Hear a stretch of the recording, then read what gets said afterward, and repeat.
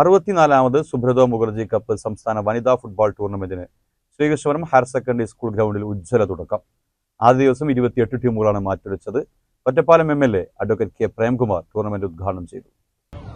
17 വയസ്സിന് താഴെയുള്ള പെൺകുട്ടികളുടെ സുബ്രതോ കപ്പിന്റെ ഭാഗമായിട്ടുള്ള സെലക്ഷൻ ടൂർണമെന്റ് ഇന്നു മുതൽ 4 ദിവസങ്ങളിലായി നടക്കാൻ പോവുകയാണ്.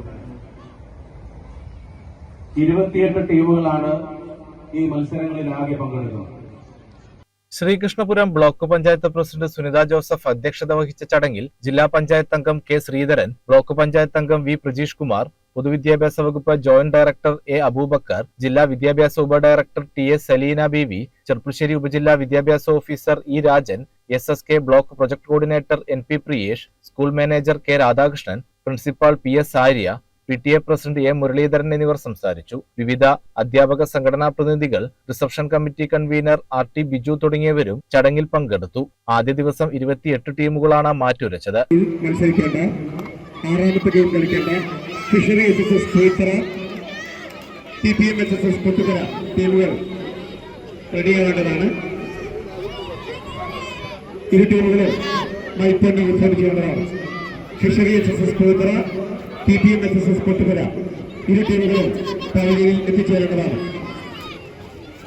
ഇതിൽ പാലക്കാട്, മലപ്പുറം ജില്ലകളിൽ നിന്ന് 7 ടീം വീതവും, കൊല്ലം ജില്ലയിൽ നിന്ന് 3 ടീമുകളും, പത്തനംതിട്ട, തൃശൂർ, കാസർഗോഡ് ജില്ലകളിൽ നിന്ന് 2 ടീമുകൾ വീതവും, വയനാട്, എറണാകുളം, കോഴിക്കോട്, കോട്ടയം, തിരുവനന്തപുരം ജില്ലകളിൽ നിന്ന് ഓരോ ടീമും ടൂർണമെന്റിൽ പങ്കെടുത്തു. 2 ഗ്രൗണ്ടുകളിലായി നടന്ന നോക്കൌട്ട് മത്സരങ്ങളിൽ നിന്ന് 8 ടീമുകൾ 2ാം ഘട്ടത്തിലേക്ക് യോഗ്യത നേടി.